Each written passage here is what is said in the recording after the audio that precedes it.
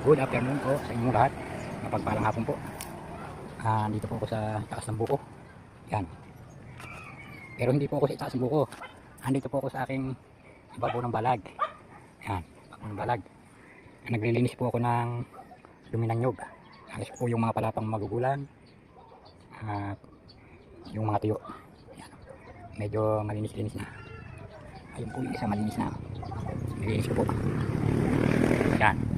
Andito po ako sa ibabaw ng aming balag sa front. Ayan.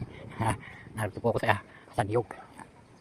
Naglilinis ng mga kayakas para mo po gumanda ang bunga. Ayan. Maliliit po bunga pero masarap. Dito naglalaki. Ayan. Maraming salamat po at thank you very much for watching. Pakipalo naman po and like.